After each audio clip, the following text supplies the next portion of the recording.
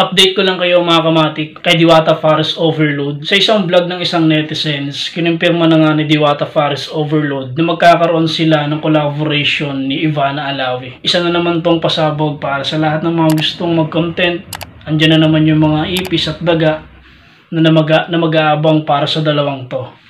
Well, itong video na to, ina-update ko lang kayo guys patungkol dito kay Diwata Forest Overload. Lahat ng mga nangyayari sa kanya, i-update ko sa inyo. Well, itong video na to, sinabi ko sa inyo to para at least aware kayo, di ba? Sa lahat ng mga humahanga at tagahanga ni Diwata Forest Overload dyan, kaway-kaway naman dyan, hello sa inyo. So yun na nga, kinumpirma na nga ni Diwata Forest Overload na posibleng magkaroon sila ng collaboration ni Ivana Alawi.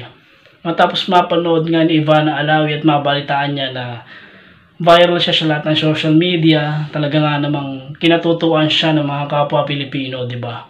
Hindi lang yan, marami pa si Diwata na ipapasok sa kanyang negosyo. Kumbaga, papapuntahin para mas makilala pa yung Diwata Forest Overload. So yun nga, sa pag-uusap ng dalawang to, hindi pa malinaw kung talagang pumapayag na talaga si Ivana Alawi sa collaboration ng dalawa. Subalit, tag-usap pa lang naman ng dalawa sa isang chat o through email.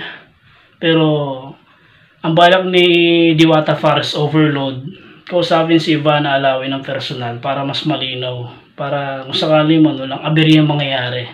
Walang plastika na mangyayari, diba? Mas maganda yon. So, yon sa lahat ng mga tagahanga ni Ivana Alawi. Alam ko, million kayo dyan. Ganun din kay Diwata Forest Overload. Siyempre, deserve naman niya yon na makakulab niya si Ivana Alawi para mas makilala pa ng mga tao yung kanyang negosyo, di ba? Ang tanong lang dito guys, sino ba mas kumikita dito? Yung mga vlogger na sikat ba o si mismong Diwata Forest Overload? Well, hindi naman mahalaga yung kay Diwata eh. Ang gusto lang naman niya, mas makilala pa ng gusto ang kanyang negosyo para sa mga kababayan natin na hindi naman niya hangad ang kumita man yung vlogger na yon o mga sikat na yon, mas kikita pa sila. Hindi niya na iniisip yung ganun.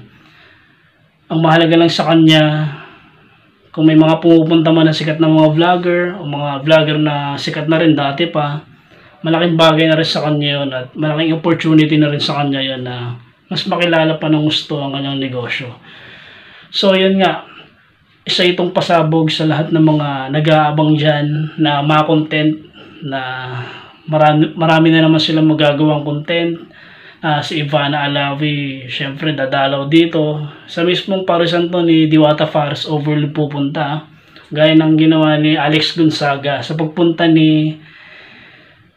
sa pwesto ni Diwata Forest Overload. So yun nga.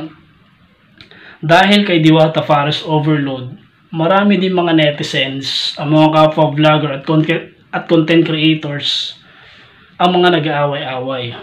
Katulad na lang nito ni Alvin TV tsaka ni Makagaga for Shorts. Isa yun sa mga vlogger na sikat na rin.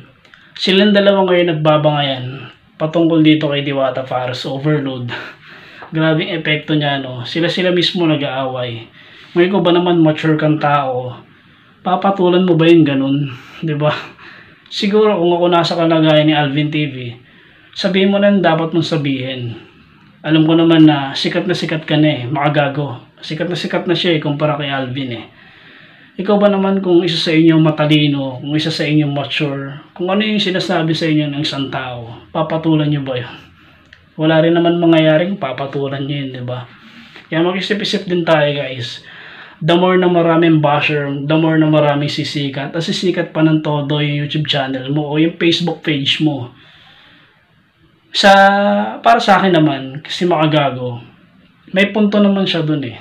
Tama naman siya eh. Na ginagatasan naman niya talaga si Diwata Forest Overload. Ayun ang ikinagagalit ni Alvin TV dito.